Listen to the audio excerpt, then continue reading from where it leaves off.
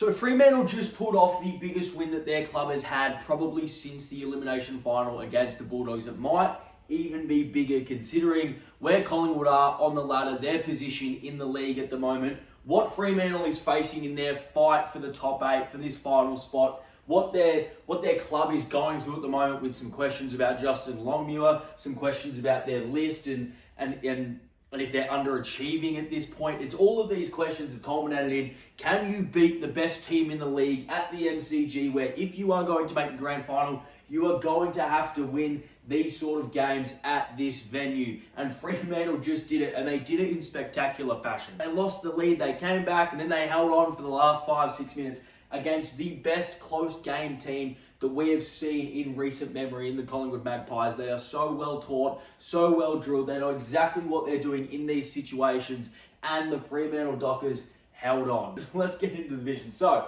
this is basically what we saw for most of this game. So this high pressure, overcommitment of numbers by the Collingwood forwards, and by the Collingwood mids to really press up high into the defensive half of the Fremantle Dockers. And it's this sort of forward half pressure that forced Fremantle into these sort of situations where they didn't have time to get any sort of control over the game. The control over the game that Fremantle really love to do, and it forced them into kicks long up the line like this, where Darcy Cameron or a Darcy Moore or a Charlie Dean could take these intercept marks or kill the ball. This is what we saw basically from the first set of bounds. This exact thing was really present in the third quarter, where Collingwood just completely dominated the territory game, got so many inside 50s, just repeat inside 50s, from this exact thing. Essentially, it looked exactly like this. So it was Fremantle kicking long up the line to contests where Darcy Cameron could take intercept marks. And this comes off the back of two things. So the first thing is Collingwood's ability to defend the middle of the ground and funnel their opposition towards the boundary line, down, essentially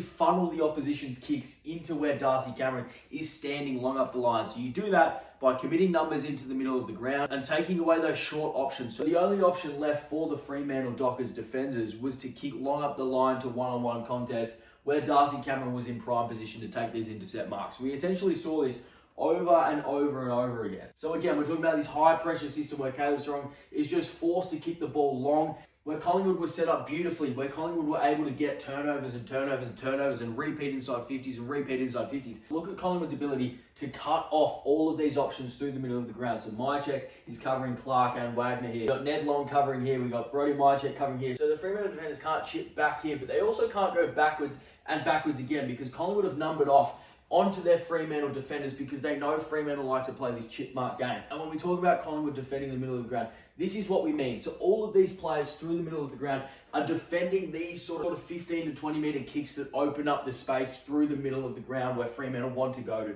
And that is what we get when we force this long kick up the line. And when we're kicking long up the line, this is where Collingwood want you to. So the first part of this is Collingwood's defensive system to force you to the boundary line. But the second and most important part about this, and what I really want to speak about, is Fremantle setup. So look at Jackson, look at Tracy. They're set up on the boundary line, and the only people through the middle of the ground are Shea Bolton and Murphy Reid. And you're not going to be able to kick to contest in the air when you're kicking to a person like Murphy Reid or Shea Bolton, because they're ground level players. They're not going to be able to take, they're not going to be able to compete in the air when you kick a long high ball. So the positioning of Tracy and Jackson is actually really important, because if you're positioned on the boundary line, that is where these long kicks, these long high kicks are going to go, because those are your aerial players. Those are your players that are going to be able to compete in the air. So it's Collingwood's defensive structure to force you there, but it's also Fremantle's positioning to be positioned at the boundary line. It's just constantly forcing Freo to kick to those contests. This is the shift that won Fremantle this game, because as we were speaking about, they were set up for this boundary line kick. But look,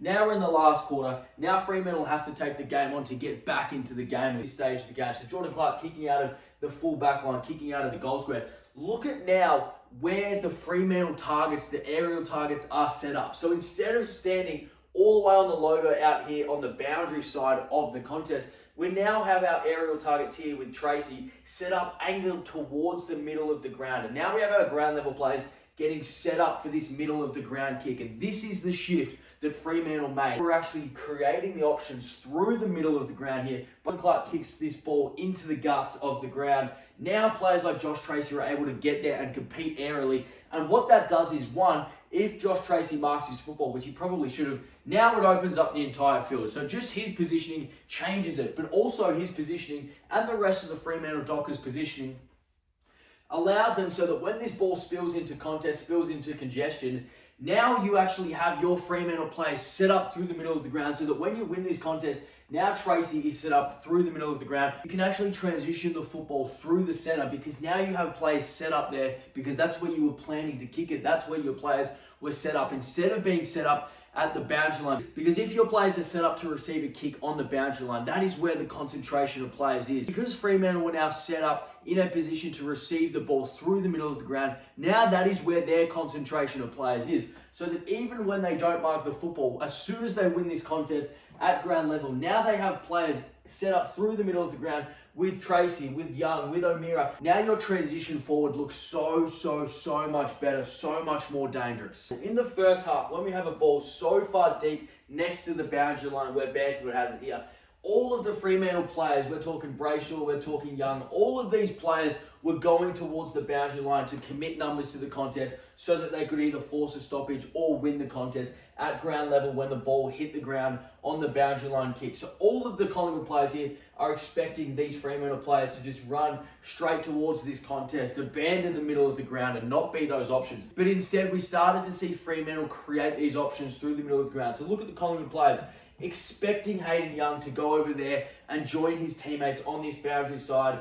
But instead, Hayden Young pointing to the middle of the ground and saying, this is where we want the ball. This is where we have to create these options. We actually have to create these options through the middle of the ground. And now we can get going forward because as soon as we open the ground up, now our forwards are in really good position, in prime position to take these one-on-one steps, to take these one-on-one marks, to have really good positioning against their defenders, against their opponents. And this is the goal that puts Fremantle in front, a lead that they don't relinquish for the rest of the game. So that is just beautiful. And a slight tweak in their positioning. So their positioning of their aerial targets in Tracy and Jackson, but also a switch in their option creators, players like Hayden Young, players like Brayshaw and Caleb Sarong, who was huge in that last quarter. It's just this slight tweak, and it's that slight tweak that won Fremantle this game against Collingwood. And of course, there were a million other things that happened. There were some key moments in the last quarter where Fremantle were playing really smart football to hold on to the lead with sort of 5-6 minutes to go against Collingwood, who are an extremely good close game, late game sort of style of team. They're really proficient